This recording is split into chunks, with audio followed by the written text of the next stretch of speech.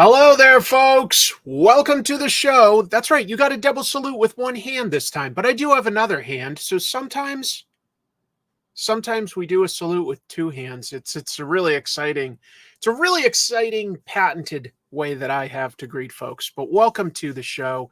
This is the weekly Spinner Rack. I'm your host, Chris. We're going to talk this week about all sorts of comic book news. There's been some great comics that came out this week, too, that I really want to talk about. Look at that. The second volume of My Favorite Thing is Monsters. What a beast. Some really cool comics that came out this week. A few interesting pieces of news.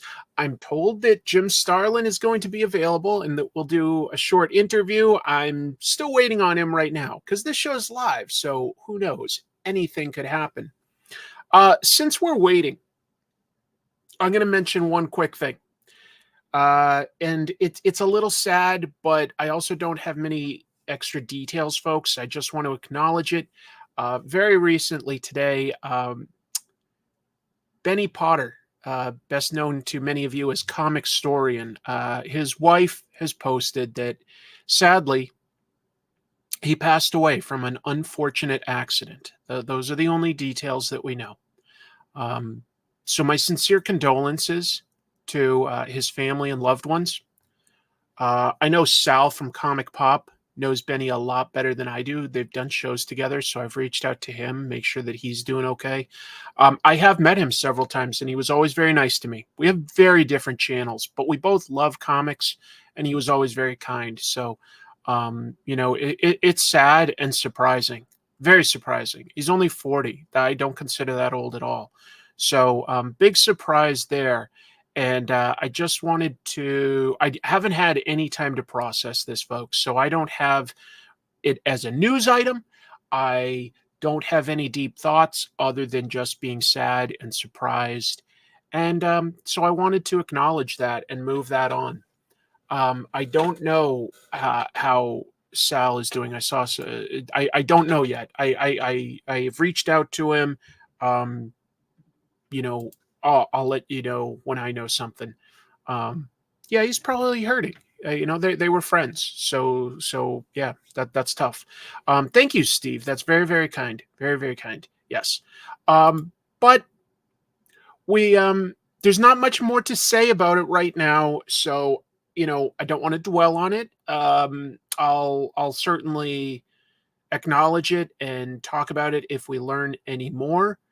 But no matter what you thought of his channel, he just always did seem like a kind and decent guy. He seemed to give a lift to other comic book creators.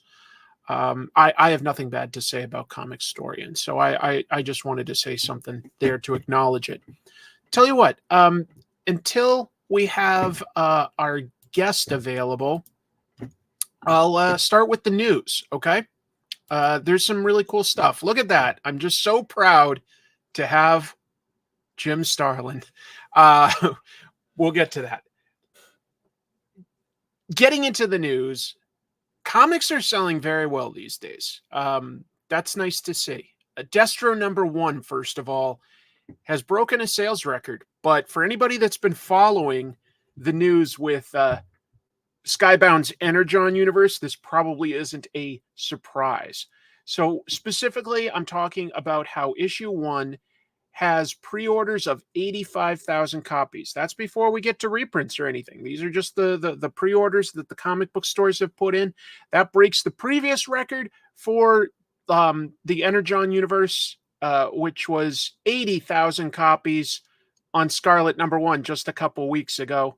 And then that broke, Cobra Commander #1. Once they finish these miniseries and do G.I. Joe #1, you have to imagine those numbers will be huge. Oh, look at that. My sister giving me some kudos there. That's really nice, Jeannie. Thank you. Yeah, she recognized that before I did. She sent me a message in the morning letting me know that my channel has been up for 8 years. That's that was a nice surprise. Yes. Yeah, news for now. I'm waiting on my guest. So for now, I'm just waiting. Let me just double check. I just just thought now. Yeah, I don't have any new email or anything, so just waiting on that. Yes, thank you very much. 8 years seem to fly by, to be honest. I love doing this stuff. I've already read the preview, and I won't speak to it because it's not out yet, but it's good, folks. It's really, really good. The Energon Universe titles, if you add up how they're all selling, they've had over 2 million copies sold in basically a year, which is just phenomenal sales. Like, whoops. Ha! My my iPhone started playing my show without me asking it to. Thanks, Andy. That's really kind of you. I appreciate that sincerely. Thank you. Yeah, I know. It's crazy how popular it is. But as somebody that grew up with this stuff, like, it's an exciting time for me. Let's see. Sorry, there was a specific question here. Is it unusual for so many number ones to sell well? Kind of, yeah. Like, usually, because it's all sort of connected, right? You would expect it to trickle down a little, not to actually go up. So people are still discovering these characters and stuff like that. So yeah, it's pretty cool. Yeah, never quite makes sense. In the comics, it said that he's made his mask out of some sort of beryllium, which is like a metal that can bend and form. So I don't know. It's sci-fi. Last thing about this is that Transformers #1, with their reprints, they've sold over 300,000 copies now. And Void Rivals #1 is close behind. It's crossed over 200,000. So, wow. Just amazing. Michaela, always lovely to have you here. Knitting a Superman blanket and listening. Congrats on 8 years. It's a fantastic journey. It's a pleasure to watch. Oh, that's so nice. Beryllium? I barely knew him. Yeah, you beryllied him. What else have we got? Petrol Head. Anybody out there read Petrol Head? That's a very recent Image comic. A 5-issue series. Let's see. Maybe have an ongoing G.I. Joe plus an ongoing Cobra. I'm not sure if that would be completely necessary. I think that they're just establishing the main characters. I think one G.I. Joe book would probably be enough, but I don't know. It depends on how much story they've got to tell. It's an interesting idea. So yeah, Petrol Head. If you don't know, Petrol Head follows a robot with an engine for a head. It's in a very polluted future, and he's helping a 12-year-old. It's all about like hot rod racing. In now that I think of it, a little bit Mad Max, a little more sci-fi stuff to it, a little more people, but yeah. And it's going to be turned into a movie. And just this past week, if you don't know, the 5 issues were collected into its first trade paperback. So easy time to jump in and give a book like this a try. So the news, though, is that Mr. B Films, that's a production company, announced that they've optioned the comic to adapt it into a film. The executive producer who optioned it is a guy who was an executive producer on the Danny Boyle film Yesterday.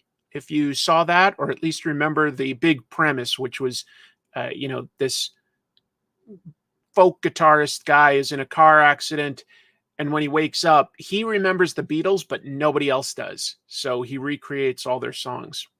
And then the production company is working with the VFX company that did the effects on X-Men Days of Future Past, among other things. So yeah, it could be a lot of fun. It's definitely a wild swing for the fences type idea. You know what? If we had to bet, yeah, Chris Pratt could be the likely choice, especially if it's just a voice. Because as we know, from Mario to Garfield and anything between, Chris Pratt can do it. He can fight dinosaurs. He can fly through the stars and right into our hearts. That's Chris Pratt. Let's see. my buddy Joe from Joe Talks Comics interviewed the creators a while ago, so it's cool that there's interest in the book being made into a movie. Absolutely. Absolutely. Very cool. Invincible is a comic I like. Great superhero book. Obviously hasn't had any new issues in quite a while, but it's still doing very well on an online platform. Let me explain. Global Comics. You may remember hearing about them. They started to take over some of the space of digital comics as a platform when, Amazon just totally borked Comixology. Anyway, they regularly put out top 10 lists, and it's basically based on an algorithm. So they're looking at not just overall views, but also things like likes and comments. It really is very similar to videos like this. So feel free to hit like and subscribe, folks. I wouldn't say no. I wouldn't say no. So for the past week, I thought this was interesting. We have at number 1, the first Invincible compendium. We have Digimon Liberator. So that gives me an idea that it's got a youthful reader base on Global Comics. That's just an assumption, but I think it's a reasonable one. Transformers. Well, we know it's selling like gangbusters. Apparently, it's also very popular on Global Comics. A book called The Dragoness Says Sit. Again, some sort of a manga thing. Love Inks and Museum Links. Looks like relationship comics are becoming more and more common and popular these days. Red Light, I know just next to nothing about that. I think that might be by publisher AWA. I think I'm right there. Veronica and Mona, The Walking Dead Compendium 1, still in the top 10. 2 books by Robert Kirkman, kind of impressive. The Boys, makes sense. Show is fantastic. That's a great comic. And then something called Relentlessly Bullied Hero rounds out the top 10. I don't think many young people care about Digimon. Everyone that likes it is 20 plus now. I don't know. I don't know. Love and Rockets is an all-time classic. Just a fantastic, fantastic book. Totally agree. Frank Miller, this is pretty big news. Frank Miller has opened up about his health. And if you don't know why that's a big deal, it's that he's never talked about it. And I remember, just being a comics fan, like this was him, around 2011. That's sort of the Frank Miller that we had known for the last several years. We'd been seeing him a lot because he'd been directing movies. What do you call it? Sin City. He did The Spirit. So in addition to comics, he was doing movie stuff. And then all of a sudden in 2014 and 2015, he looked like this. And everybody was like, what happened? And there was a lot of speculation, a lot, but he never talked about it. So nobody knew for sure. Well, he talked about it now.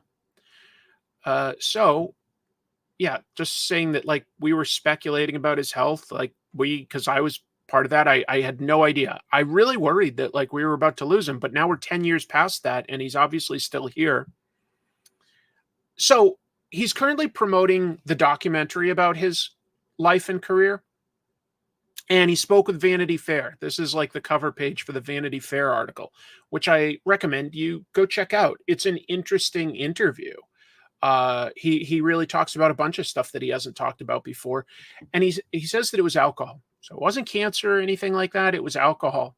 And he specifically goes into how it was part of his creative process when he would write to loosen up by drinking. And that just sort of got way out of hand. And basically, if you drink too much alcohol for a long time, it is killing your internal organs and just ravaging your body. And apparently he was very close to death when a producer from his movies and the lady that directed this documentary, Selene Thomas, Frank gives her all the credit in the world for basically reaching out and starting his path to rehabilitation by gathering his brothers and stuff like that to really sit down and intervene. Pretty amazing. Pretty amazing. And so he started the path to recovery, and he says that he's been sober for 8 years now and feels a lot better. And he looks older, but at the same time, he looks so much healthier now than he did 10 years ago. So much healthier. He got his hair back, and he's got energy. He's obviously drawing, and his style has changed and stuff, but Frank Miller's always been an individualist type of artist. You know what I mean? So, yeah. He must have been drinking a lot. Now, I will say that it was speculated. I may have even mentioned it in an episode. I think I did, where Neil Adams was obviously a mentor to Frank Miller, and a guy who gave him direction early on in his comics career, gave him some of his first opportunities. Neil Adams, I did see in an interview a long time ago that he mentioned he wouldn't talk to Frank unless Frank stopped drinking. And that made me really think that that was the specific issue. But without Frank talking about it, there was no way to know. And I guess, in some ways, maybe it's not our business. But since he's opening up about it, I thought it was worth sharing just so that we have a little bit of awareness. And, yeah, I agree. Great for him. Frank Miller has created so many comics that I absolutely love. I can definitely forgive some stinkers because of how many great ones he's made. And I don't want to lose him early or anything. I would love to watch the Frank Miller documentary. Yeah, I would love to see it. Absolutely. I think we need to get used to giving people a little more grace, even when people make mistakes and stuff. I think that we just need to be more understanding of everybody. Still a huge Frank Miller fan. So glad he is 8 years sober. Me too. Me too. Yeah. I mean, Ronin, Martha Washington Goes to War, Sin City, Daredevil, Batman Year One, Dark Knight Returns, 300. The list goes on and on. It's hard to choose my favorite, but Daredevil Born Again and Batman Year One are, even though that's some of the older stuff at this point, those are some of my favorites that he's created. And I like them so much. I just love him. I always love him. I don't know if he's in the documentary. I mean, it's out now. It debuted. It had some preview screenings this past week. So some people have seen it. I don't know if Aronofsky's in it, because he was basically, if people don't know, he was at one point attached to do an adaptation of Dark Knight Returns. Or wait, excuse me, I said Dark Knight Returns, but actually I think it was Year One. I think it was Year One.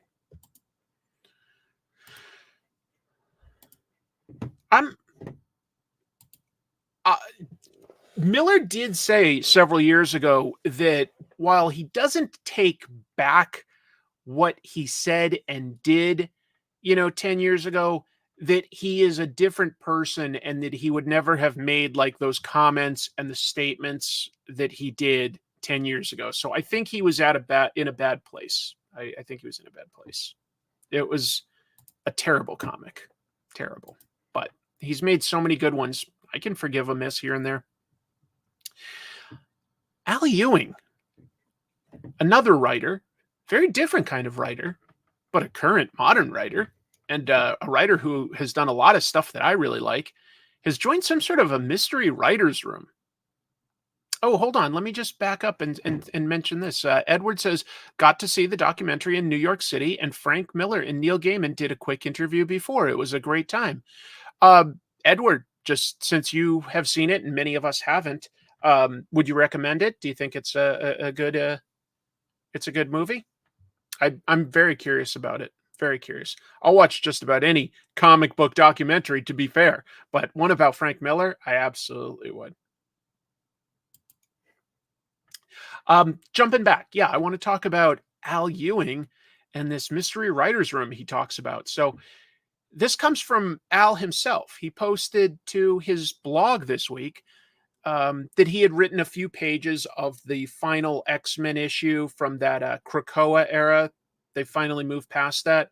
And in talking about that time, he talked about how interesting it was that writer Jonathan Hickman had assembled a writer's room to really like brainstorm the ideas for that. And that led into this, where he went on to say this. I just joined a new writer's room myself that's as far as you can get from the Krakoan shores, but carries a similar crackling creative energy. However, we serve no wine before it's time. More about that soon enough. In other words, I'm posting about something before we know any firm details. Classic weekly spinner rack move. What could it be? He works on books like Venom and Thor. Bleeding Cool speculates that it could be about the rumored DC version of Ultimate Comics that they've been talking about. Absolute Comics. I don't know. I have no idea, to be honest. I don't have any firm speculation myself. But the idea of a writer's room in comics is an interesting one. It's certainly what TV and film do. So I'm sure you can translate some of those, some of those ideas in terms of managing a creative process into comics. I wonder if it's necessary. Then again, I would say that Marvel and DC have had versions of this forever. They used to call them retreats, where they take all the writers that they have contracted, they take a week off with the editors, and they just talk about what kind of things that they want to do for the year ahead. So I guess in a way, this is just sort of an evolution of that process to get a little bit more granular and focus on maybe, like one idea or one comic. We'll see. That's interesting. I have liked so much of what Al Ewing did. I wasn't super into Venom, and so I moved on from that. But I do like the Thor book quite a bit. I think he's doing some really cool stuff with Thor. An Archie writer's room? I feel like you say that as a joke, but of course, that could absolutely be the case. Who knows? Archie does some surprisingly good books every once in a while that make me like sit up and take notice and go, oh yeah, there's some good Archie books out here. Okay, a few other people agree with me on Thor, at least. Yeah, thank you. Thanks for backing me up. Oh, I felt so put upon. No, I'm just kidding. I appreciate different points of view, and I appreciate you sharing yours, Black Phoenix. Let's see. And Edward says about the Frank Miller documentary, absolutely would recommend. There was a ton of great snippets from famous comic book creators, old and new. Did a great job covering Frank's career and his influence worldwide. Cool. I'll check it out as soon as I can. Yeah, that's what I want to say. Yeah. Right. Yeah. Tom King did an Archie one shot with our artist Dan Parent. So that was pretty cool to see.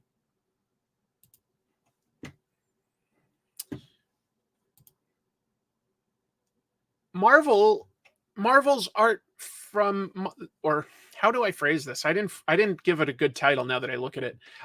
Michael Turner's Marvel art is being compiled into an art book.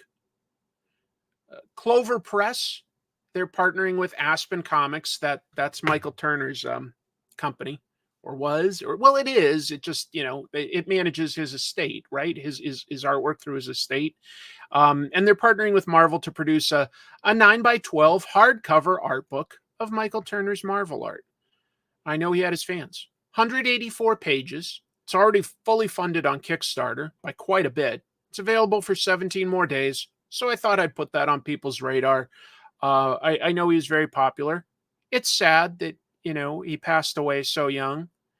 I can't claim to realistically be the biggest fan of Michael Turner's art. I think he has some good technical skill.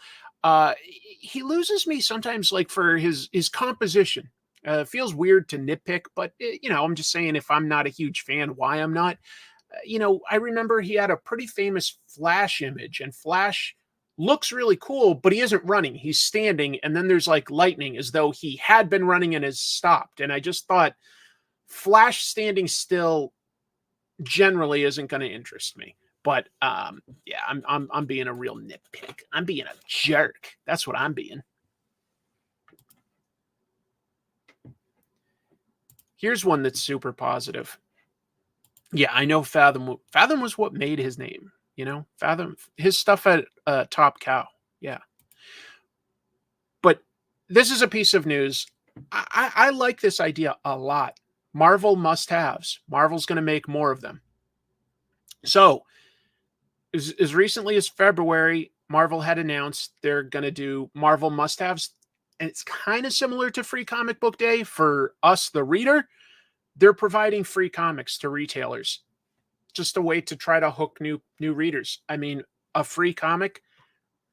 I think that, like, sure, good idea for letting somebody try something new, but it shows a certain level of confidence as well on the publisher's part if they're willing to invest in that. Now, if it's a mistake or not, I don't know, but I think that it shows a certain amount of confidence in their story to do that. So these are what they've announced. 3 books coming out in July. We've got Amazing Spider-Man 39, Avengers 7, and Moon Knight #1.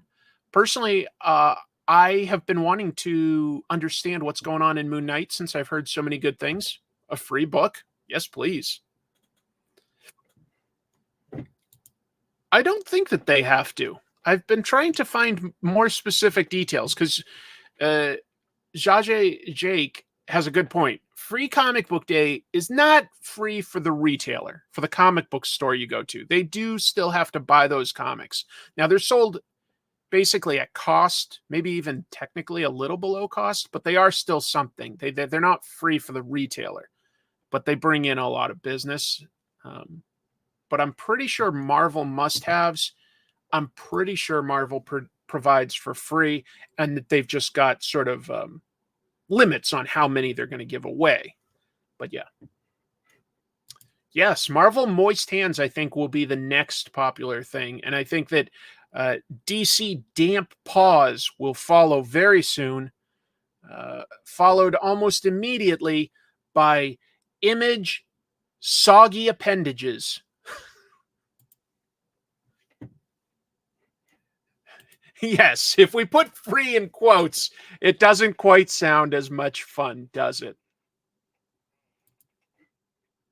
Anyway, any of these that you guys would check out for free? I think Amazing Spider-Man 39, I would guess, has to do with Gang War based on their promo image here. I don't know what Avengers #7, I don't know what the significance of that issue was, but I'll check out Moon Knight. I'll check out Moon Knight for sure. I am a nerd for infographics.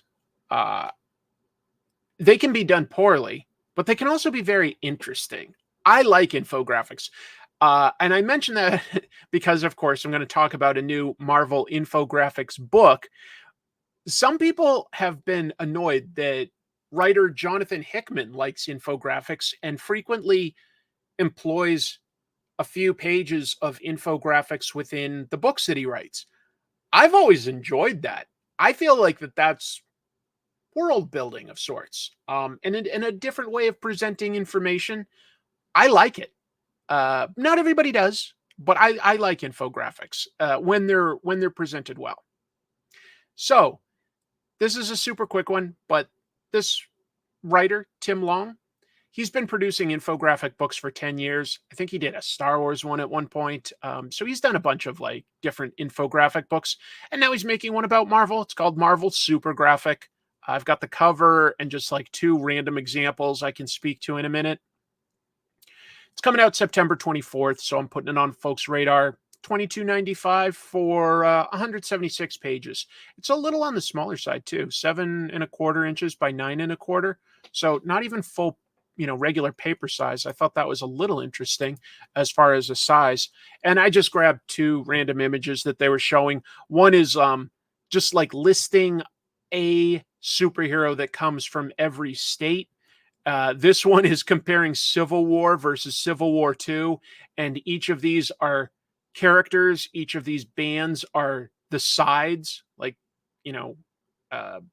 Iron Man on both sides, Captain America here, Captain Marvel here, agnostic, and just showing what people switch sides. And they've got all sorts of things based on like characters' heights, characters that are powered or have star-based names, things like that. Just all sorts of random information that you can break down into charts. It does not explain continuity necessarily, although I did see one page sort of explaining how the timeline for Days of Future Past worked. Things like that.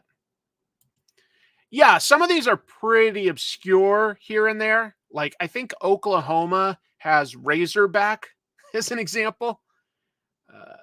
I don't know if there's a World War Hulk one. I didn't see every page. I just saw a couple preview pages, but yeah. No, there's a superhero listed from every state. Every state. Basically,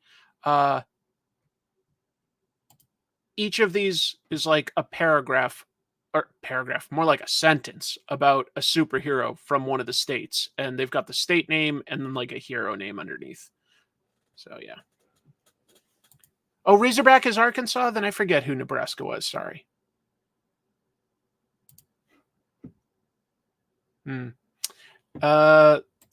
Yeah, I can't zoom in on that anymore, so I don't know. All right. I think I could figure it out. Give me a sec. Let me think. We want to know Marvel infographic.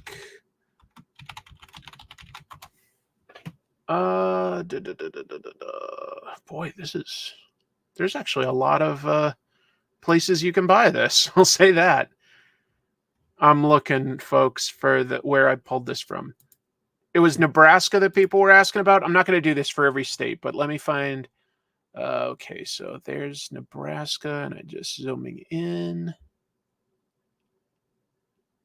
Wyatt Wingfoot. They list for Nebraska. That makes sense.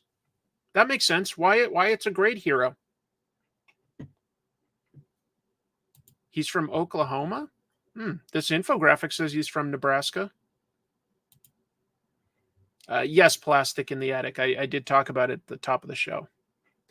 Computer zoom and enhance. That was a really great scene in the original Blade Runner, but then once crime TV shows started introducing it as part of their thing, enhance that. Like, that got ridiculous, huh? Massachusetts, I gotta do. Oh, Carol Danvers, Captain Marvel. Yeah.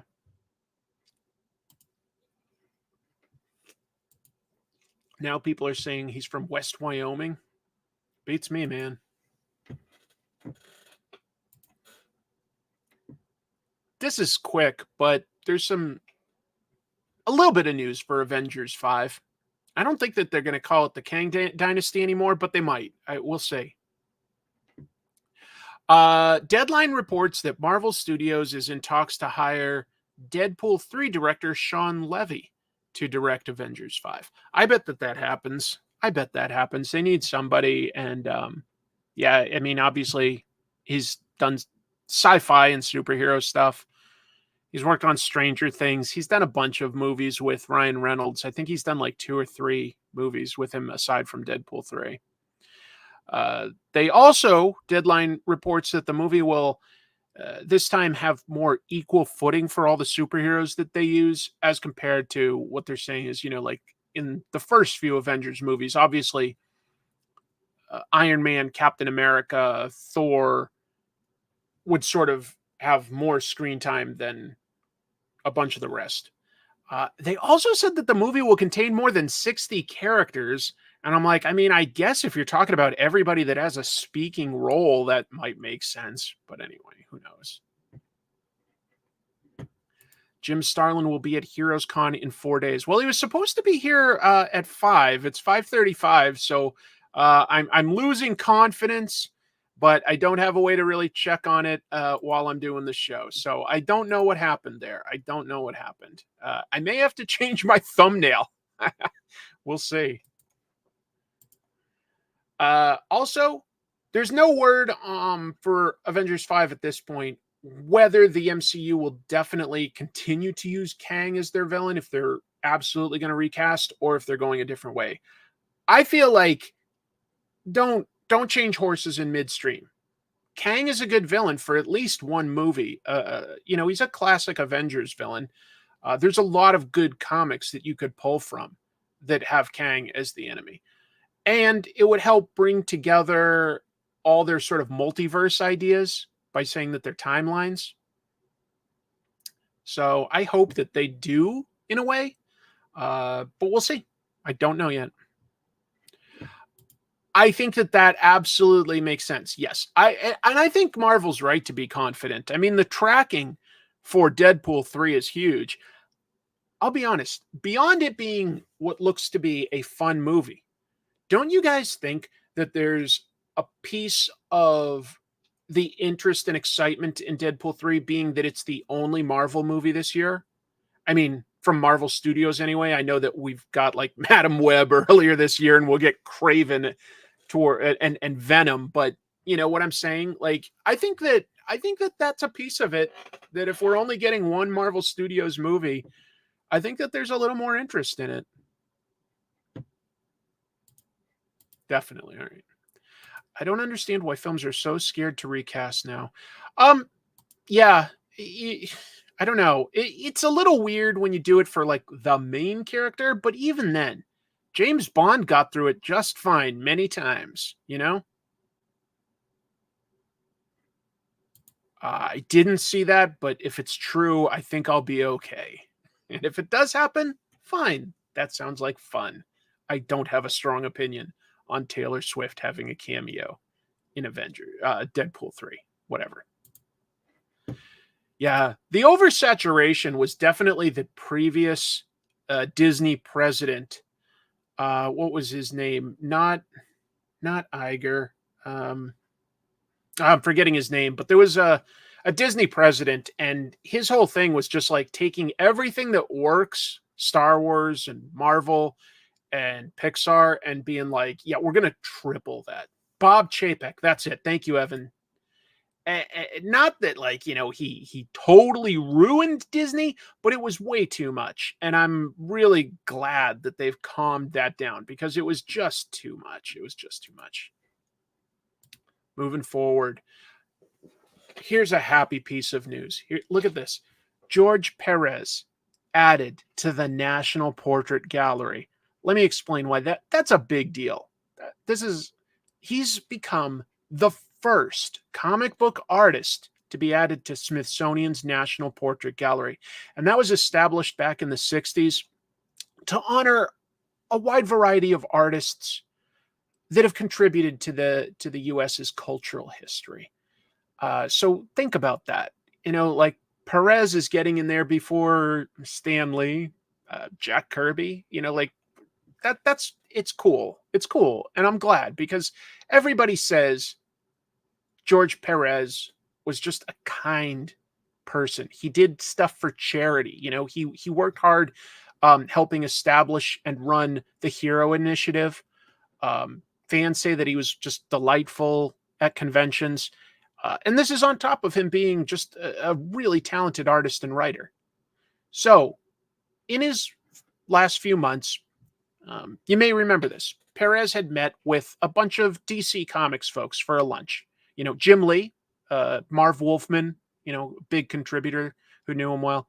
But also there was DC's director of design, a guy named Steve Cook, well-known photographer who I believe has photos in the UK's National Portrait Gallery. I'm pretty sure about that. But he took photos of George that day while they all had a private tour of Warner Brothers Studio Museum. They then submitted those to the National Portrait Gallery, and that goes through a review process. The board of directors, you know, vets them to say, did they, you know, contribute culturally to America, and was that significant, and were they good people? You know what I mean? And so, yeah, like all the boxes got checked off. And so now there are photos of George Perez in the National Portrait Gallery, which is just really, really nice. Yes, Tanner, we did talk about that earlier. So pretty nice. Pretty nice.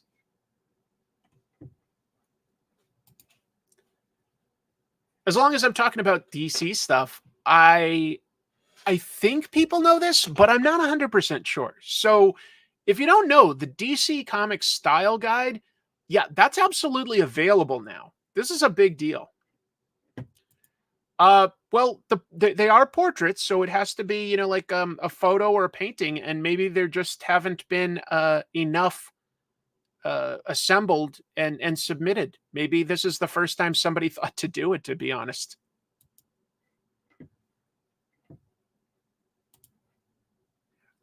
So, Jose Luis Garcia Lopez, incredible artist. One of my favorites. Loved making an episode about his work. We're so lucky to have him, and just an incredible talent, such that in 1982, DC hired him to draw all of their characters for a style guide.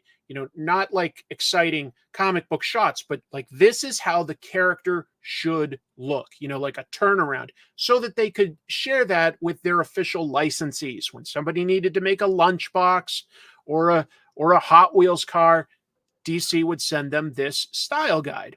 Now, some of the images have cropped up over the years, and fans are like, this looks beautiful. Like, how can I get a copy? Well, it was never available to the public until right now. Yes, Space Ranger. We did talk about that at the top of the show. I did. It's sad. All right. So going back to the style guide, that came out in 82. Well, you can now pre-order a copy, just so you know, through Standards Manual. That's a printer of books. Standards Manual, if you want to look it up. And it's a 1-to-1 hardcover. I ordered a copy a while back, but apparently I was talking to people, and not everybody knew that it was available now. It's $90. It's 384 pages. A lot of pages. 9.5 by 11. This is the first time it's ever been available to the public. And they've even added some additional pages that were produced between 1983 and 1985. They were supplemental pages that were also part of the style guide that weren't created back in 82. So I just think it's a really beautiful looking book, because I like Jose Luis Garcia Lopez's art. I think so. Yeah. I don't know at what point it was no longer considered official. Yeah, that would be an interesting thing. I wonder, that there's probably some sort of a foreword or an afterword in the book. Maybe it talks about that. We'll see once it comes out. But yeah, it's set for release in like September. There's the link, folks. Standardsmanual.com. And that's the very specific link. But even if you just typed in, Standards Manual, DC Style Guide, things like that, you're going to find it. So I wanted to put that out. Oh, man. Yeah. Twilight. Underrated. Totally agree. Yeah. Right. Howard Chaykin worked on that. That's right.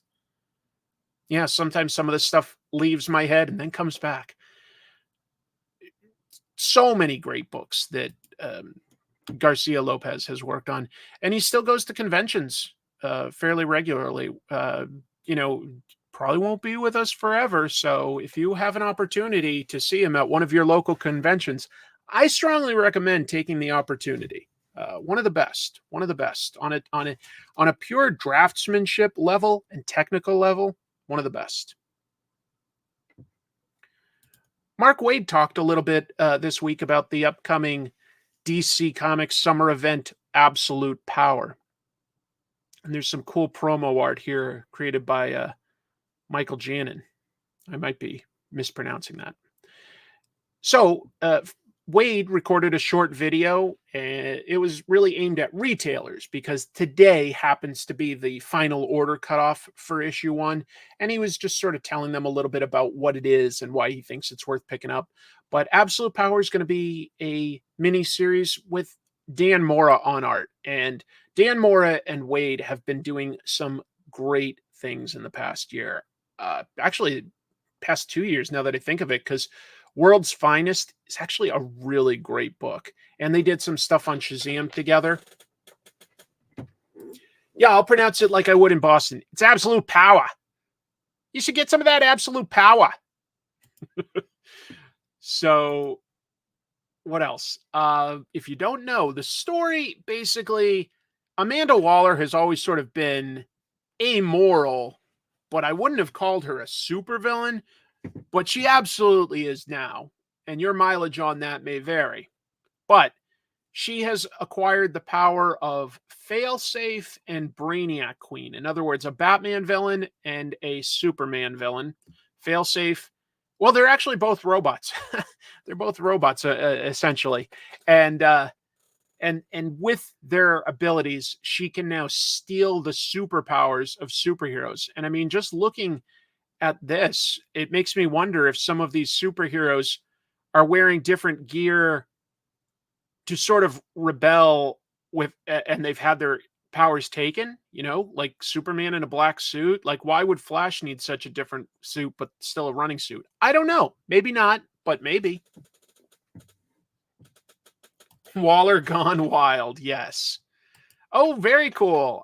Wish I was in Massachusetts. I would go see JLGL there. Oh, and he's going to be at Heroes Con. Well, there you go. There you go.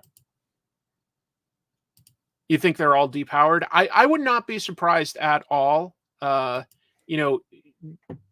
Manhunter over here is looking pretty thin. So who knows? Yeah. Flash does, yes, speed walking. Specifically, when Flash fights crime after having his speed stolen, he always must have 1 foot on the ground. Otherwise, that's considered jogging or running. He doesn't do that anymore, but he does speed walk. That was a really good mime, right? That was some good miming. Yeah, it'll be interesting to see how the story really handles these exact moves. She has always wanted, control, but I don't know. Let's see. I'm going to just send a quick message to Jordan.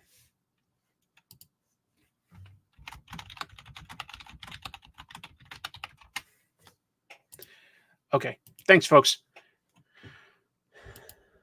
You hate her? I think that Amanda Waller has had some good stories over the years. Oh, Doctor from Doctor Who would not like Amanda Waller. No. I agree. But you know what? This is comics. Sometimes you push a character a little bit, to the limit of what they can do, and then you revert. We'll see if the story justifies this character move. If the story's good, and I will say that the stuff by Waid and Mora has been very good over the last couple of years, then I'll go with it. If the payoff is underwhelming, that's disappointing. We'll see. Yes, Dragon. Oh yeah, for what it's worth, DC is promoting this pretty hard, folks. They released an actual trailer for the comic on all their social channels, including YouTube. That's interesting. That would be definitely a little more deep in the continuity weeds than I would be plugged into to know if it's like an alternate Amanda Waller that's, kidnapped the main Amanda Waller. But that would be an explanation that I could go with. We were talking earlier about recasting, and so that relates to this. Gen V, Season 2, they've got the plan. Why do they have a plan? So The Boys and Gen V both have producer Eric Kripke behind it. I think he's produced some great TV, by the way. I mean, the first 5 seasons of Supernatural are really something special if you haven't seen it. Anyway, Kripke was interviewed by TV Line, and he revealed that Gen V Season 2 will not recast actor Chance Perdomo. He sadly passed away in a motorcycle accident just a couple months ago, right before Gen V Season 2 was about to film. He was one of the main characters. So obviously they had to back up and rethink how to approach the entire season, like losing one of their main actors. So the plan is they've decided to write out the character of Andre Anderson by saying that the character also passed away. Kripke said that the reasoning was they felt that was the best way to honor both Perdomo and to give the character and actor the best send-off that they can manage. That's probably true. When it's tricky when if you were recasting because of contract negotiations or somebody just isn't available, that's just a practical concern that TV and film can deal with, right? But when somebody dies, it becomes a little messier. You want to try to be respectful to the actor and their family and friends and stuff. So anyway, it's probably the right move. I hope that they can handle it with some grace. These are some pretty over the top shows. But I think that the reason that they work is that they do have a core humanity to them. So I've got a lot of faith in Eric Kripke. We'll see. Also, the other people that work on it, I think, are Michelle Fazekas and Tara Butters, who have done a bunch of other comic book stuff. Like, what did they do? They did the 2 seasons of Peggy Carter, Agent Carter. Now that I think of it, yeah. Exactly. It would feel kind of weird to recast somebody, whereas they can create new characters since this is mostly original. It's very lightly based on the comics. It's probably the right thing to do, ultimately. It probably is. So earlier I was talking to you guys about how big it was that Destro #1 had 85,000 copies, right? Well, Ninja Turtles #1, the sort of light reboot, we'll call it, has crossed 140,000 in pre-orders. That is a very good number these days. Honestly, that's a good number going back a long ways. People think that comics, used to sell millions, and I'm like, yeah, they did in the 40s. They really weren't selling millions from the 50s through the 80s. Like we look to our past, and just to be clear, 140,000 is a really healthy number. It really is. It is interesting, isn't it, to see that things like Transformers, Ninja Turtles, G.I. Joe are all, the top sellers right now. Nostalgia carries some weight. Okay, you're right that there was like 1 or 2 that did hit, like, yeah, X-Men #1 crossed 1 million, but that was rare. And these days, you can find that comic for very cheap because not that many people bought it. That's very kind of you, Lewis. Thank you. I appreciate the kindness that I always see here in the chat room. It's part of why I love comics. I think that in general, the people that read comics tend to be very smart and very caring. Yes, that's right. 5 million. And X-Force, I think, was something like 1.4 million or something like that. I can't remember the numbers right now. Yeah, that's a huge number. But it is not hard these days to find a copy of X-Men #1 for basically cover price. It just isn't. That was and it was inflated in a time when we didn't do variant covers. They did a lot of variant covers. And people were like, one person was buying like 5 copies. 140,000, pretty damn healthy is my only point. So this is the issue #1. I'll get it out. I won't stutter at all. By Jason Aaron and Joelle Jones. I'm going to take out my, I just realized that I've been wearing my headphone piece because I thought I'd be interviewing Jim Starlin right now. And obviously I'm not right this second, so I can take that out. Yeah, crossed 140,000 in pre-orders. We haven't gotten to the point where there will probably be some reprints, just to be clear. Artist Joelle Jones.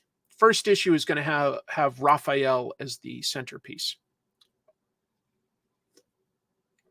The only mutant inmate in Rikers Island. And it does not seem like it's a safe place for him. That comes out July 24th. Very soon. I mean, so soon, in fact, just to be clear, that this past week in the comic shops, they had Ninja Turtles Alpha, which has 2 stories. The first one is a short story about where Donatello is. So I'll talk about that when we get to like sort of the reviews and stuff like that. But all the Ninja Turtles are in very different places when this book begins. Well, you're probably right. You're probably right that, like, yes, he is a ninja. He is a ninja, but he's also a teenager. Tavia, I'm right there with you. Bear with me.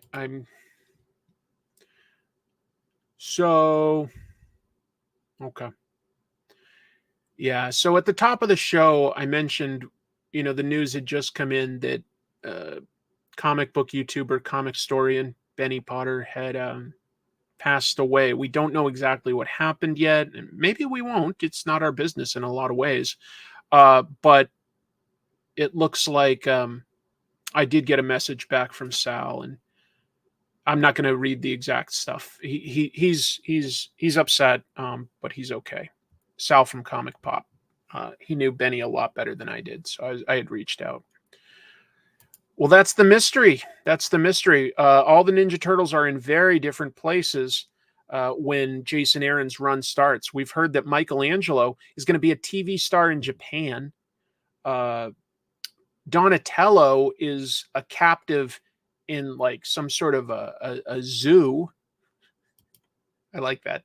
I like that, Andy. So anyway. So we will get back to the news here. Let's see. Yeah, I'll talk about it. Moving forward to another piece of Ninja Turtles news. This is going to be exciting for a certain portion of people. There was a second Ninja Turtles comic going when the Mirage comic was going, and that was Teenage Mutant Ninja Turtle Adventures, published by Archie. Well, it's getting collected into an omnibus. IDW is finally going to collect the Archie Comics run, and that began back in 1988. So it was kind of amazing how fast Ninja Turtles blew up when you consider, like, issue 1 came out in 84. There weren't that many issues of the Mirage run in 88 when the cartoon started, and they started doing this comic basically based off of that. Yeah, it was a thing. I know. The first omnibus is going to collect issues 1 through 17, plus a few short stories that they had in various other publications. It was a 72-issue series, and so that's going to come out March. How do I explain this? Maybe with this paragraph. So the first 4 issues started by basically adapting the cartoon. That was sort of the continuity or the idea of where it was set. But starting with issue 5, Eastman and Laird assigned 2 of the artists that they had in their Mirage Studios department, a guy named Ryan Brown and Stephen Murphy, and they began telling new stories. So it became its own continuity. It's not like, really, even to be clear, I wouldn't even call it like those are stories that fit in between the cartoon episodes. It used that as its starting point, and it's yet another Ninja Turtles continuity. It went off on its own. There were a lot of the Mutanimals, which they've used in the IDW run. The Mutanimals were definitely like a big part of this comic and fleshed out a little bit more. So, yeah. I also am a Mirage snob because, yes, that's what I was introduced to. I didn't follow this too far. I think I got the first few issues and bailed, but it is kind of cool. You know what I'm looking here? I just grabbed a random issue that I knew was being included, but I think that says Laird right here. Peter Laird may have done this layout. I don't know. Issue 9. I'll have to look that up. What made you choose that issue for that image? Just looking for any of them between issues 1 and 17 that just like, was clear that I could just grab. Yeah, I happen to have that issue and I didn't get many issues. Nothing too special. Nothing specific. I don't know. I don't know if that's even Mondo Gecko or a different Gecko. I don't know. I don't know. This was unique. Go Tanabe illustrated a cover for a Kickstarter comic that's up right now. Not the artist of the entire comic, but did do this gorgeous cover. Very unique art style. Go Tanabe has done some cool manga adapting H.P. Lovecraft.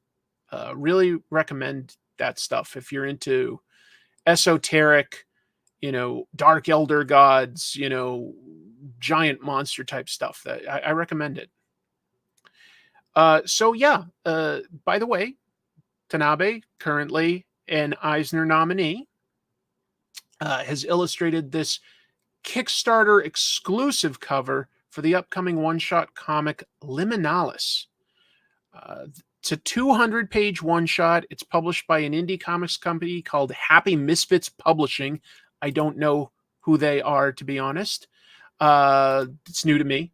And the Kickstarter is running right now. It goes through July 8th.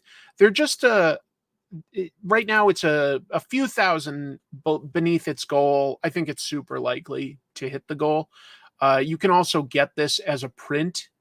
That's like an add-on. It's cool and surreal and just unique. It's actually a pretty nice composition in a lot of ways when you consider that this is all black and white and there's so much detail, but you really do get like, and there's some real thought put into this in terms of how many circles there are, but how the eye does keep coming around here to the central area. There's some really good, clever, negative space in here to help the eye get drawn in, and just enough contrast with the light and the dark. I like it. So I just took this from the Kickstarter page. It says that it's a manga style story. It's following a sick child and a ghostly creature that comforts him while he's also trapped on some sort of mysterious island.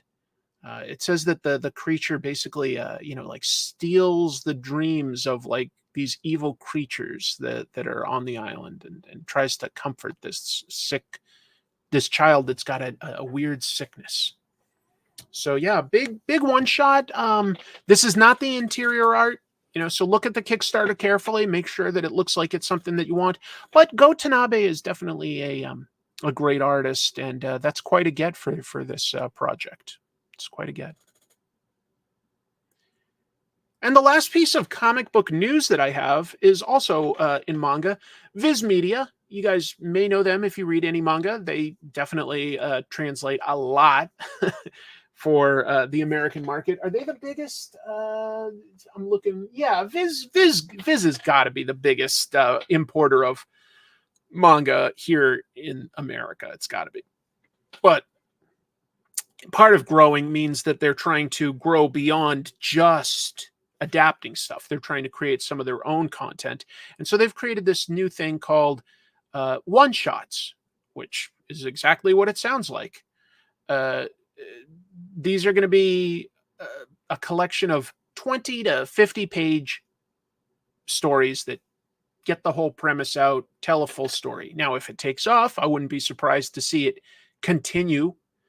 They do that a lot in manga over in Japan. Like, a creator will get a one shot, and if it really does well, that concept may continue. It may get revised into an ongoing series, or it just might be enough to get that creator the attention to start another idea, to be fair. But yeah, you got to start somewhere. So leading this program, they got pretty big talent here. They got Weekly Shonen Jump's editor-in-chief, Sasaki Hisashi. And Hisashi oversaw Shonen Jump when it was basically at its height. Gave rise to a lot of popular manga. I won't delve too into it because that's not what this is about. I want to talk about some of the comics. Yes, exactly. These are unique to the app. So It's optimized for vertical scrolling. And what it does is this allows US artists to create manga type stories, and they don't have to go to Japan to work for a weekly Shonen Jump. They don't have to speak Japanese. That's a huge roadblock for a lot of people that want to create manga, is they expect you to be able to speak the language fluently and reside there so that they can meet you in person. They very different than like how obviously Marvel and DC, they clearly are hiring talent from around the world. I see a lot of Italian artists these days working for the big two, but Japan is a little different. But this is something where somebody here local could pitch to this and maybe get their app out there. Seems like an interesting idea. Yeah, they've definitely they're not doing it half-assed. They got a huge knowledgeable editor, and they've got these 4 stories are the first 4 that are going to be one-shots on Viz Originals. I don't have the Shonen Jump subscription. I guess I'm old-fashioned. I really do like reading Tankobon collections. So, yeah. But that's everything I've got for the news. And I sent an email update while we were doing the show, and I don't have anything new from Mr. Starlin. So all I can do is keep going with the show, right, folks? But that's okay, because we've got a lot to talk about this week, including... Sorry, I'm going to get my camera just right so that I can show you the comics that I read this week and talk to them a little bit, give you some recommendations, hopefully. Yeah, that should work right about... Oops, hold on. Very sensitive for fine-tuning the focus. All right, so there we go. Good.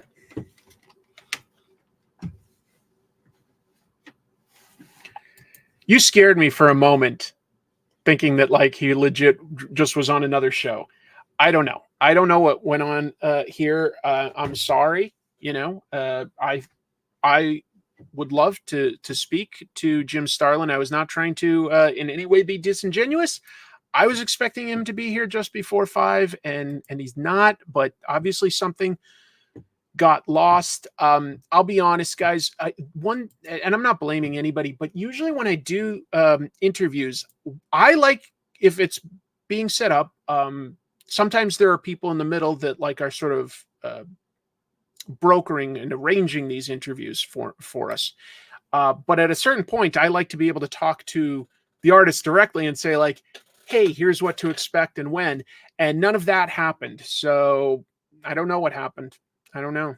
Maybe because if I have their direct contact and there's a technical issue, I can usually walk them through it. Things like that have happened, but I don't know. I guess it's still possible, just to be clear, that he could jump in. So I'm not totally giving up, but I also don't know exactly what to expect right now. Oh, I'm so glad to hear that you gave it a try. I thought that the Batman Dylan Dog book was fantastic. One of the best things I'd come across, and just did not expect it.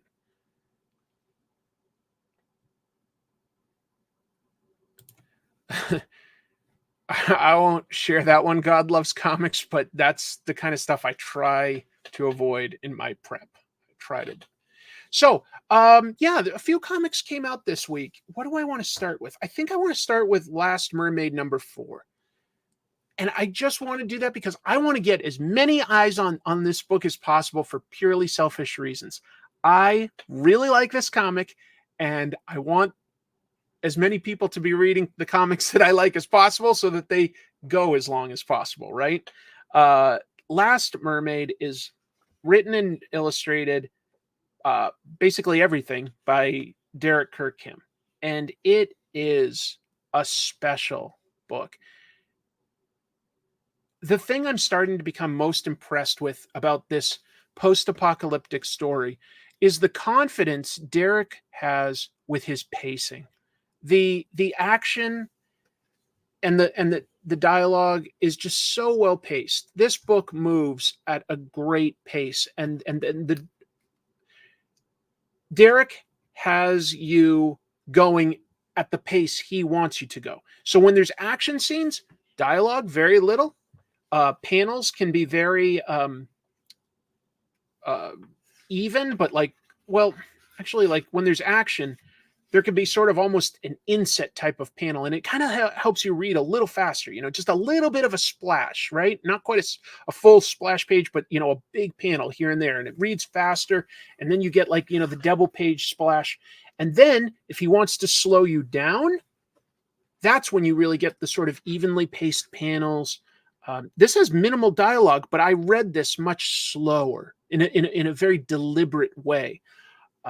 It's a post-apocalyptic story with a mermaid in a mech suit crossing a desert, and she's finally found somebody that seems to be a potential ally and knows where she's heading. Hasn't like been there, but has seen it, and it's really just gorgeous. And I mean, like, look at how that's a very cute and attractive and likable main character too.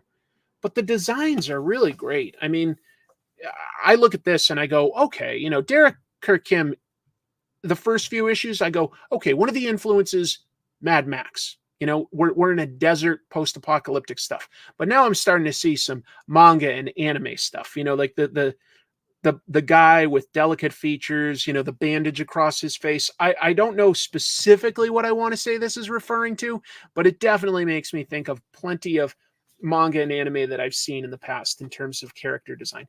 Plus, look at what he's doing with the colors here. This is like a sunset. We've had so many issues where it's been very like red and brown and orange. And now we've got like a purple, and a purple isn't what you'd necessarily think, but they're in this bit of a canyon, right? During sunset. You can have colors like this, and it really helps. The cool colors kind of help with this slowed down era where it's issue 4, but this is really one of the first times we've had a little bit of back and forth dialogue. Up until then, it's been this unnamed mermaid and her pet axolotl. So just beautiful, isn't it? I mean, doesn't this look like, essentially a team of animators has put together, like an animation, and they're just taking like the cells from it? That's what it looks like, but it reads well. Panel to panel, you're getting all the information you need. Whereas if you take those panels from like a movie, it isn't going to read as seamlessly. I just love that she's got this pet axolotl.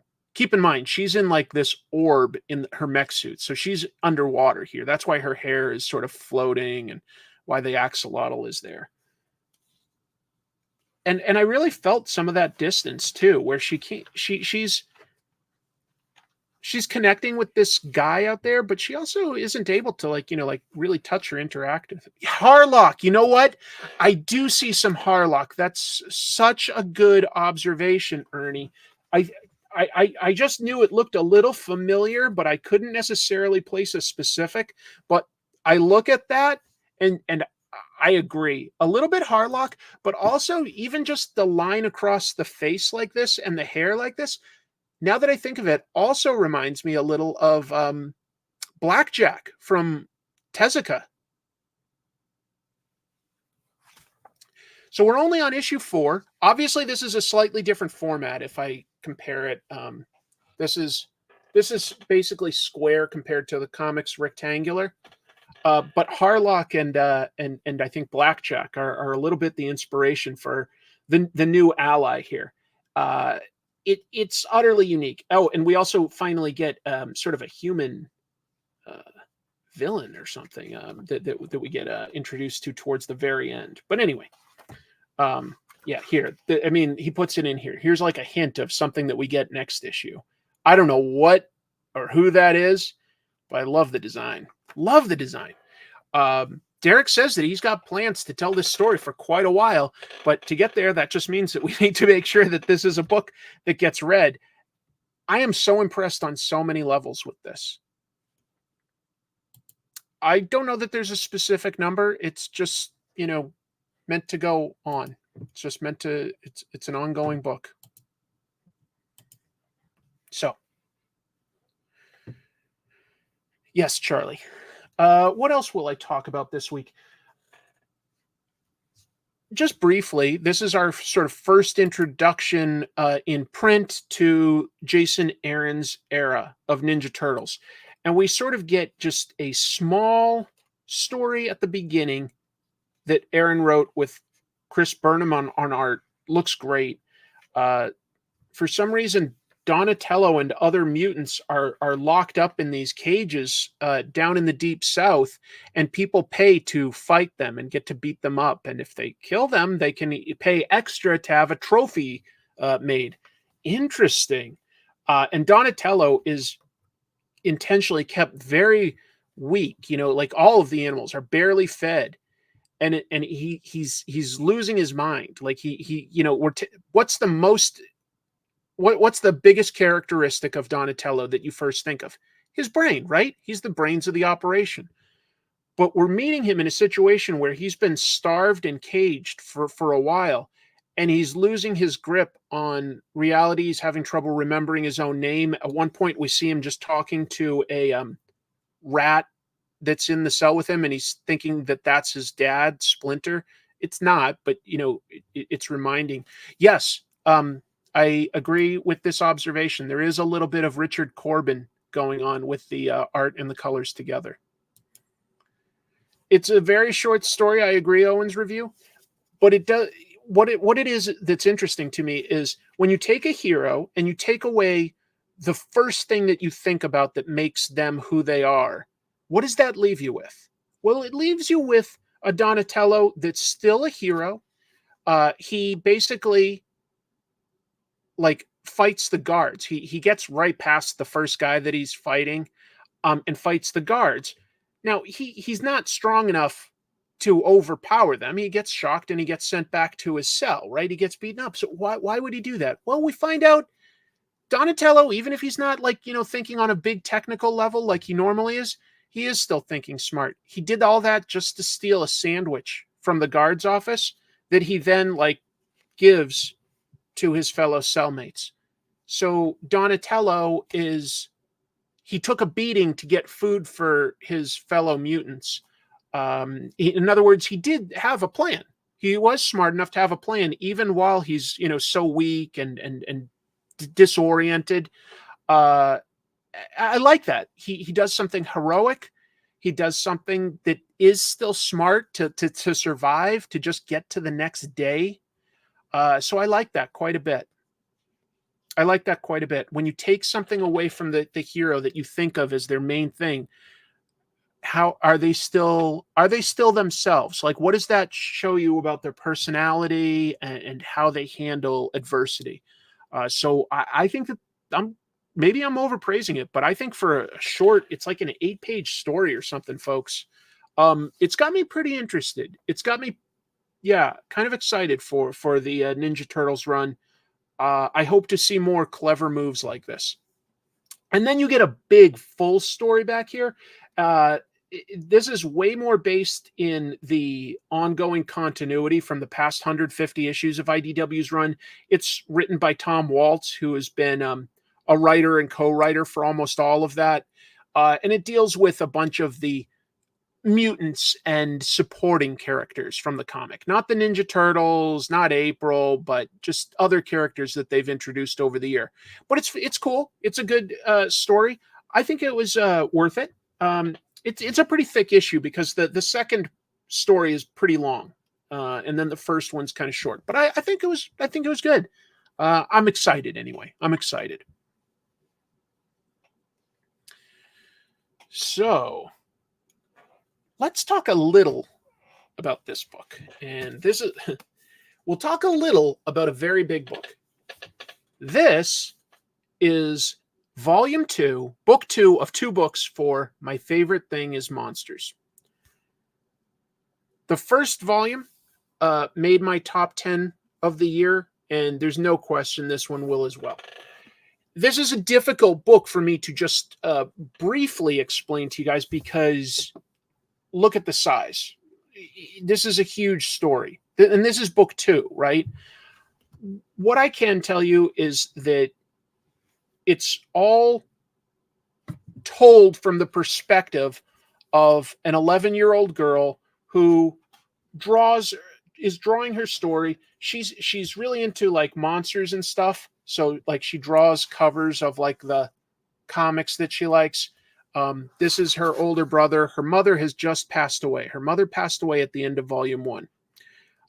She's growing up as an 11-year-old Hispanic gay girl in 1968 Chicago and coming to terms with who she is and the world outside. And she draws herself as a werewolf girl because she sees herself as an outsider. This is just to give you an idea of where it's starting from. Because this is supposedly all drawn by Karen Reyes, it's drawn on, like lined paper. Emile Ferris is the writer and artist of this book, and she drew this all in ballpoint pens, colored ballpoint pens. But the art has incredible depth. And this is a book that works on many different levels, okay? It's telling a very complex story. It's a coming-of-age story. It's about the politics of the people of 60s-era Chicago. It's also a murder mystery. Her upstairs neighbor was murdered, and she's investigating it. Her brother seems to be possibly involved in organized crime. He takes care of her. He's a good older brother, but he may be involved in something strange. This is just people that supposedly Karen was drawing on the subway. And I'm sorry, but this is gorgeous. This is absolutely gorgeous. There are a lot of elements to this story. There's the absent father that she draws as the Invisible Man. I told you she's into monsters, and I think that the metaphor there is clear. There's some real tragedy to their family, so she draws some of that cartoony so that it's easier to digest. But her neighbor that died was a Holocaust survivor, and Karen, I'll try to get forward to some of those pages. Karen finds interview cassettes with her late neighbor Anka, and it sort of tells her story in the Holocaust and surviving that. Really grim stuff in here with like abusive guards and like how Anka tried to save a few girls, and we're not 100% sure if she succeeded or not, to be honest. It's some really strange stuff. One of the things that Karen and her brother Diego connect on is they both are artists, and they both love drawing, and they both love arts. They both love going to the museum and talking about it. And these are recreations of actual famous paintings. So I don't feel bad showing some of that. But these are done with ballpoint pens. Lots of hatching. So the art style changes, obviously, like sometimes, depends on what needs to be told on each page. Some of it can be a little cartoony and stuff like that. Some of it's very realistic. It all depends on what they need to get across. Some characters have a bit of a color to them, and that usually has something to do with who they are. For instance, when Karen is drawing her dead neighbor Anka, she tends to draw her in blues because she thinks of her as a very melancholy character.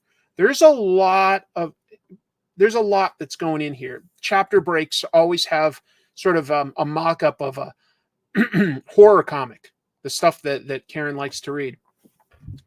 Look, that's a big undertaking.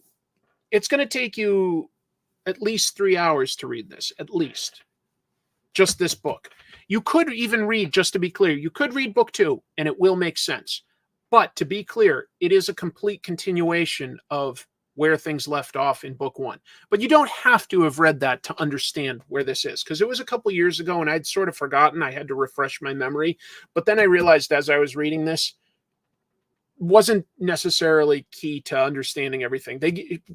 Emil Ferris definitely keeps you up to date with anything relevant. It's a big, deep story, and yes, it's big, but it reads pretty fast to me. It's about so many different things and so many different types of people.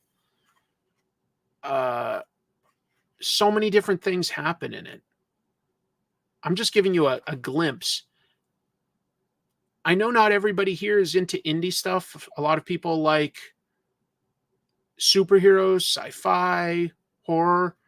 This is more of a slice of life type of story, but I found it pretty damn interesting and really gorgeous. I think Emil Ferris has done something really, really impressive here. So this is my favorite thing is Monsters. This book 2 came out this week through Fantagraphics. Really, really strongly recommend it, to be honest. I recommend both, but if you're curious, you can just read book 2 and you will understand what's going on. That's an interesting question. How much was it? I didn't even think about it. I just bought it, but it's $45, $44.99. But it's hundreds and hundreds of pages. It's Emil Ferris herself, the creator, has a really interesting history. Basically, she's always been an artist and has worked, I think, even in video games in the past and graphic design and stuff like that. At age 40, she got, I think it was West Nile virus, and it caused a bunch of paralysis. So she had to relearn how to draw, and she says she's never even recovered the full fidelity that she used to have. This has taken many, many years for her to make, just to be clear. So you're looking at a book that took many years to make, but it's worth it. This is going to be a lasting story that people will remember. You know how these days you might hear about classic comics like Mouse, right? By Art Spiegelman, things like that. My favorite thing is Monsters is definitely one that's going to be remembered for a very long time. There's no question in my mind. It's pretty special.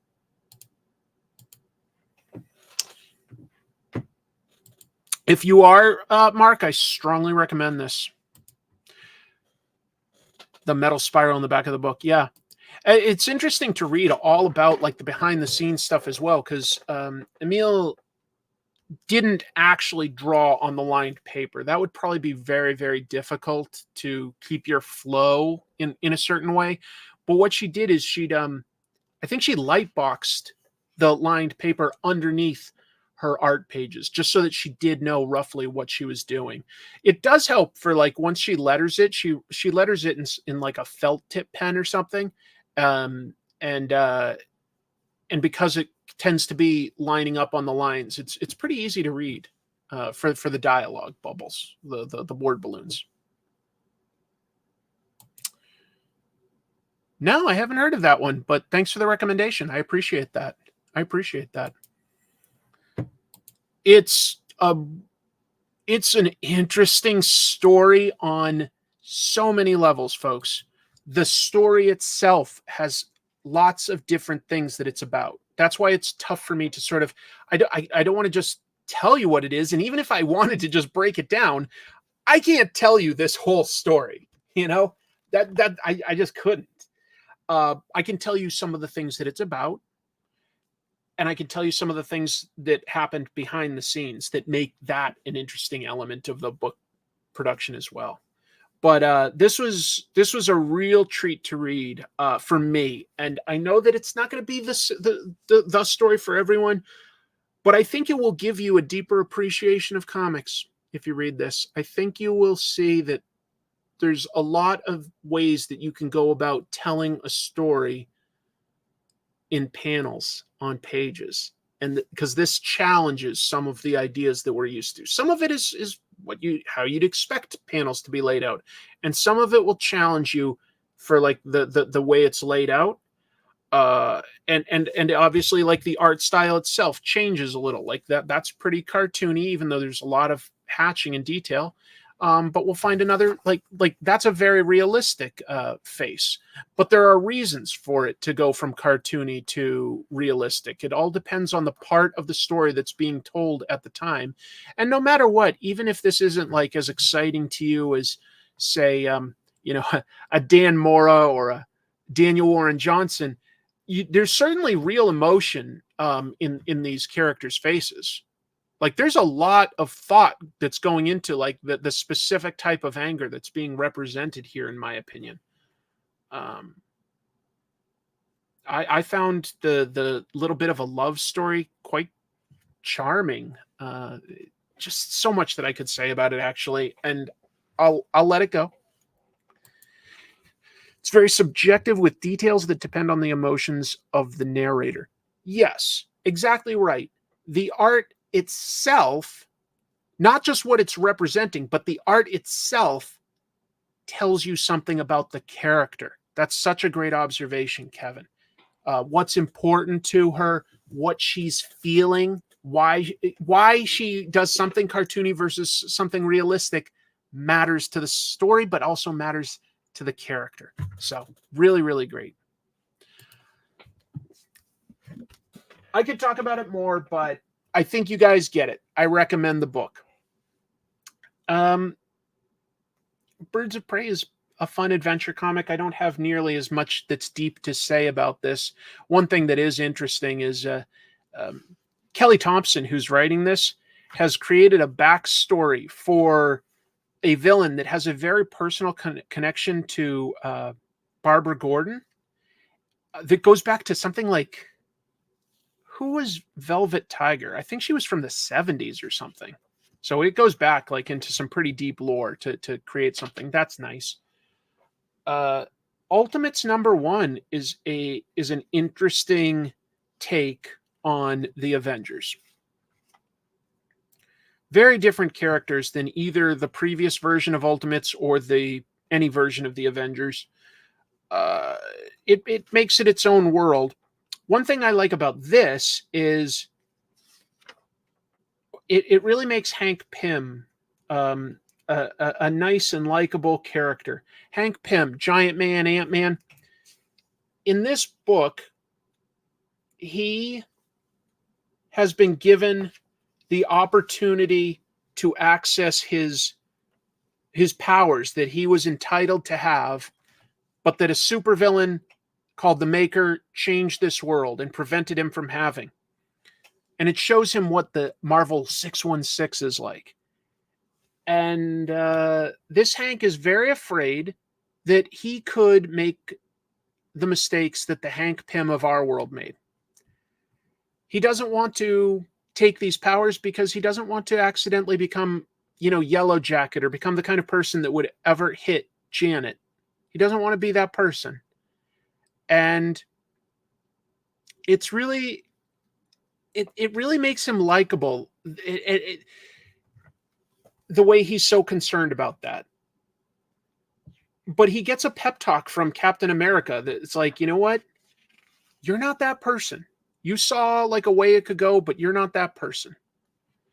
I like that. I do. I found this version of Hank very likable, and it was a kind of a good entry point into like this super team of, Tony Stark and Captain America and Reed Richards and Thor and Sif. Like Janet and Hank are much more grounded, even though they're really smart. It's a good idea. They're exterminators by trade, but they have a moral code to it all, and that's nice. I liked how they presented that hero. I think that the artwork. Who's this? This artist was new to me. Juan Frigeri. Good artist for superhero stuff. Like look. I like when a superhero book is going to take the time to do a really good establishing shot. This is the kind of page that takes a lot of time to lay out and make look good. For something that we, the audience, just glance by. But at least it tells the story in a clever way. You know, like it gives you an emotion, even if you just glance at it. You're like, oh, okay, some devastation in the city, and you know, sun setting. It's peaceful, but we're looking at like some wreckage. You know, it's a lot to take in. And we take it in seconds.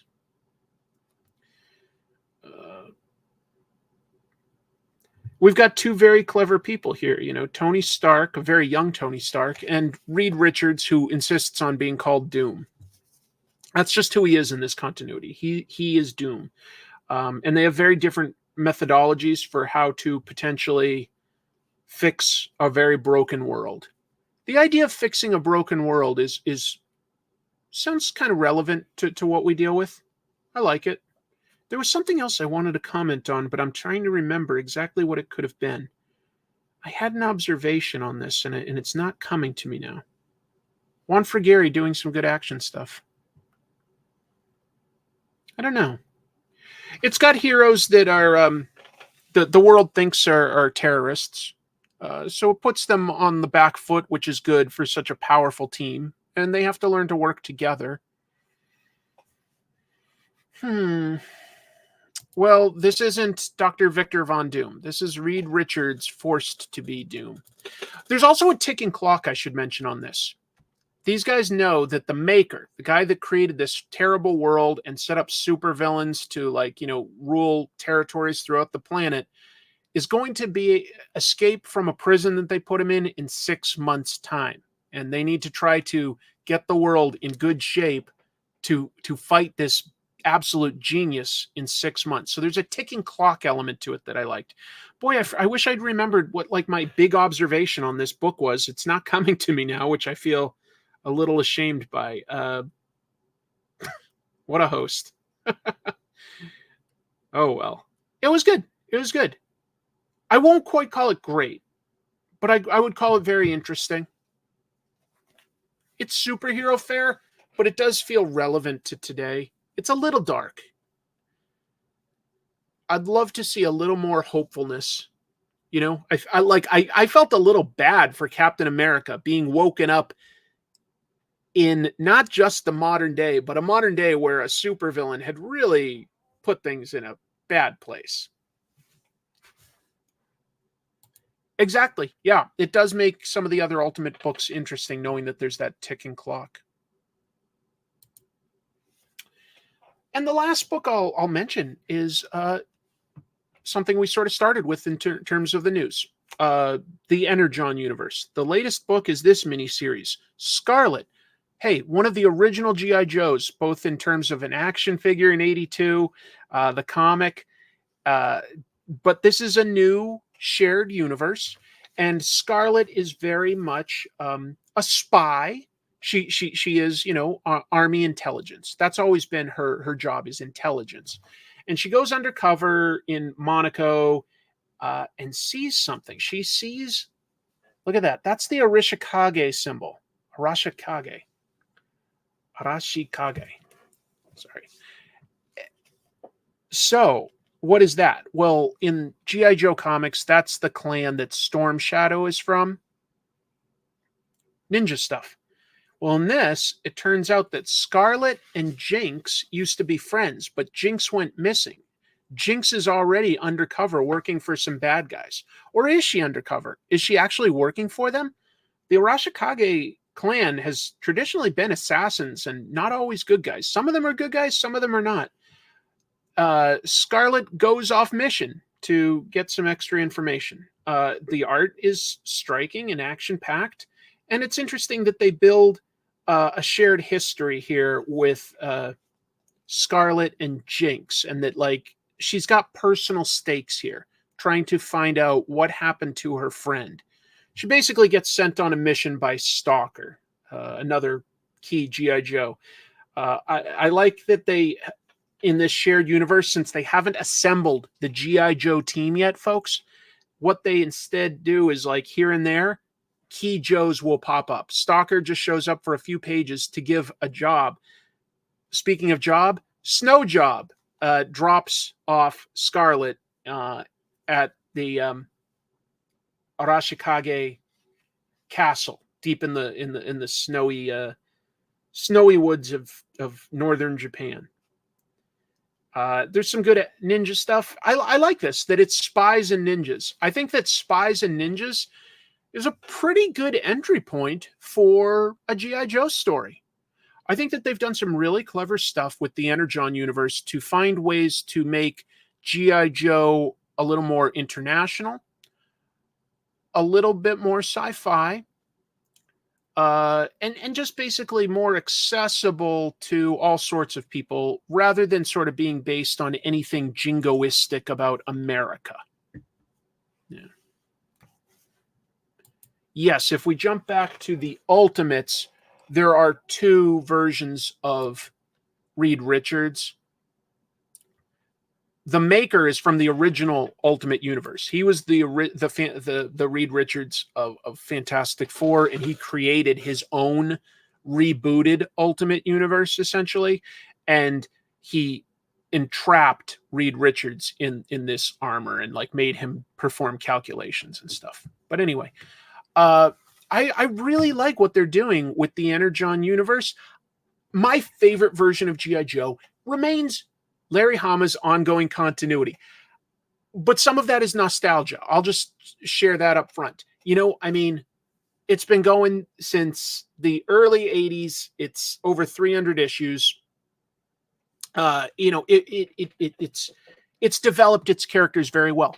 But with hindsight, what the Energon universe can do is create these connections that didn't always exist originally. Scarlett having a connection to Jinx is a really great way of still tying her to the ninjas, but not necessarily making her dependent on Snake Eyes.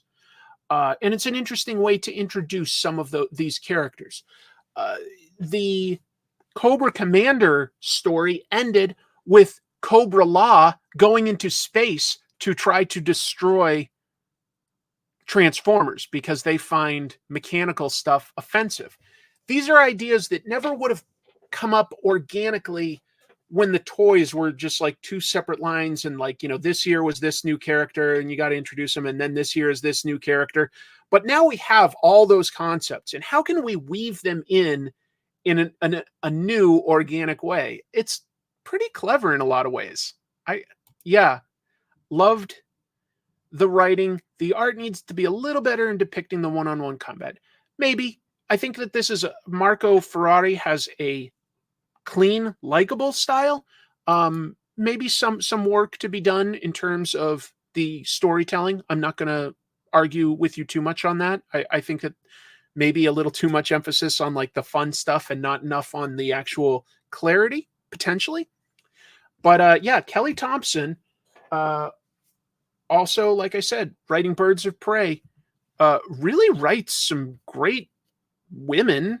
It's more like they happen to be women. Actually, they have femininity and stuff like that, but it's more based on like their adventures than like relationships or anything. I like that. I really like what they did in this issue with Big Barda.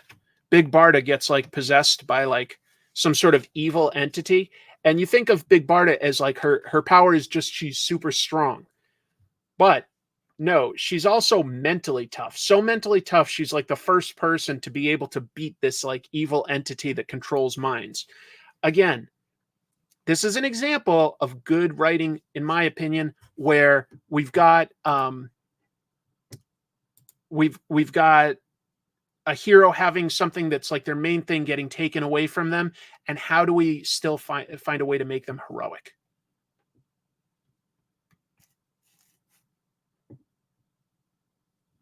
Okay. Yeah, I just got an update that I guess like things somehow didn't get relayed properly with Jim Starlin. I'm really sorry, folks, that my thumbnail and my title mentioned something that did not come together right now. I'm really sorry about that. I was not trying to be disingenuous. This is a live show. Things change on the fly. I will change my title and my thumbnail and add chapters once we wrap up the show. That's a good point. Yeah, exactly. We think of Big Bart as just big and strong, but you're right. She was strong enough to get away from Darkseid's clutches. She worked for him like voluntarily. Yeah.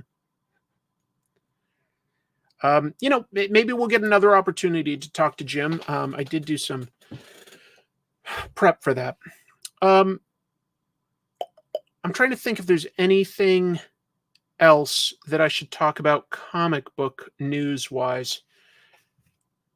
I appreciate you all joining me. It's really sad, again, that we lost Comicstorian. But I'm more sad for his family and friends, his closest ones. I have, met him several times and interacted, but I'm not going to claim that I'm best friends with him the way that, say, Sal from Comic Pop is. So my sympathy is with him and his family and stuff like that. It's a big surprise. That happened really, just hours before my show. So I haven't had much time to process that. Let's see. I have no pithy comment this week about Jorge Jimenez. I know that's a big tonal shift here, but rather just an acknowledgement that my Monday nights are enriched by this Bracken show, its lovable host, and the Tropes family. Yes, you guys all really help make this show what it is. I do appreciate that. I'll just do some plug type stuff. So this is kind of cool. Jim Mafood and I do the show on this channel called Trash Movie Bonanza now, right? And pretty soon we'll have that Howard the Duck Swamp Thing episode up for you. We're going to record one about Hammer horror films soon. But also, just starting yesterday, we can now, that show airs as part of Schraub Home Video. Yes, Rob Schraub, in comic book terms, guy that created Scud, the Disposable Assassin. I loved that book in the 90s, have been following his career ever since.